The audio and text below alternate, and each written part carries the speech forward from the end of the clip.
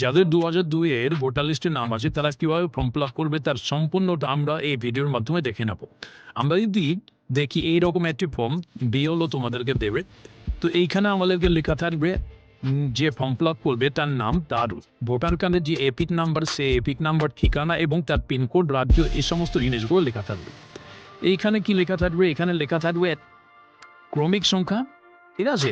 আর অংশ নাম্বার বা বুথের নম্বর, আর বুথের নাম, বিধানসভার নাম লেখা থাকবে এবং রাজ্যের নাম লেখা থাকবে। এইখানে একটি কিউআর কোড দেওয়া থাকবে। আর এইখানে ভোটার লিস্টে সেই সময় ভোটার লিস্টে তোমার যে ছবি দেওয়া ছিল সেই ছবি দেওয়া থাকবে। আর এই জায়গায় আমাদের যে নতুন একটা ফটো আমাদেরকে ছাপাতে হবে আঠা দিয়ে। তো তোমরা কি করবে? এই জায়গাটায় নতুন একটা ফটো সাটিয়ে দেবে। তারপরে যদি আমরা দেখি এইখানে আমরা কি করবো, এইখানে আমরা আমাদের জন্ম তারিখ লিখে দেবো, ঠিক আছে? তোমার যা জন্ম তারিখ সেই জন্ম তারিখ এখানে লিখে দেবে। তারপরে যদি আধার কার্ড থেকে থাকে তাহলে আধার কার্ডের নাম্বার লিখবে, মোবাইল নাম্বার এখানে লিখবে এবং যে অ্যাপ্লাই করছে তার বাবার নাম, অর্থাৎ তোমার ধরো যদি 2002 তোমার ধরো যদি 2002 এর ভোটার লিস্টের নাম আছে তাহলে তোমার নামটা তো এখানে দোয়াই রয়েছে, ঠিক আছে?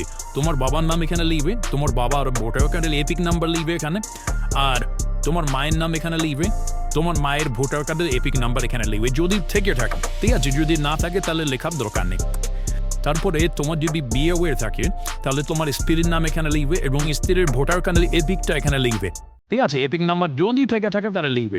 যদি নেই হও তাহলে স্বামীর নাম এখানে লিখবে এবং স্বামীর ভোটার কার্ডের এপিক নাম্বারটা এখানে লিখবে। তারপরে এই ছকটা আমাদেরকে পূরণ করতে হবে। যাদের 2002 এর ভোটার লিস্টের নাম আছে তাদেরকে এই ছকটা পূরণ করতে হবে, এইটা পূরণ করার দরকার নেই, ঠিক আছে? তো কীভাবে পূরণ করবো আমরা দেখে নিই। তবে এখানে আমাদের কি করতে হবে? এখানে তার নাম লিখতে হবে, অর্থাৎ যার নাম রয়েছে তার নাম কিন্তু এখানে লিখতে হবে, ঠিক আছে? এখানে যখন নাম লেখা আছে, ঠিক আছে, ওই নামটা এখানে লিখতে হবে এবং ভোটার কার্ডের যে এপিক নাম্বারটা সেই এপিক নাম্বারটা এখানে দিয়ে দেবে, তার বাবার নাম এখানে লিখে দেবে, তার এখানে সম্পর্ক লিখে দেবে, পিতা বা মাতা যেটা হবে সেটাকে লিখে দেবে, এখানে জেলার নাম লিখে দেবে এবং এখানে রাজ্যের নাম পশ্চিমবঙ্গ লিখে দেবে, ঠিক আছে? আর তোমরা যে বিধানসভার আন্ডারে বলছো সেই বিধানসভার নাম এখানে লিখে দেবে, ঠিক আছে? এখানে বিধানসভার নাম্বার এখানে লিখে দেবে আর বুথ নাম্বার, বংশ নাম্বার এখানে লিখে দেবে আর ক্রমিক নাম্বার এখানে লিখে দেবে। এই পিনটি কোথায় পাবে? এই পিনটি 2002 এর ভোটার লিস্ট ডাউনলোড করবে সেখানে। চলো আমরা দেখে নিই। ধরো 2002 এর ভোটার লিস্ট এইটা।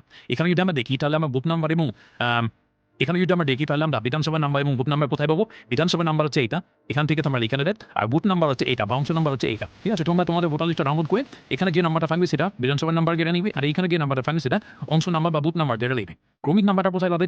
ধরো ভোটার লিস্টের এইটা হচ্ছে তোমার নাম, অর্থাৎ বিশ্বজিৎ মণ্ডল। এটার ক্রমিক সংখ্যা কত? 30।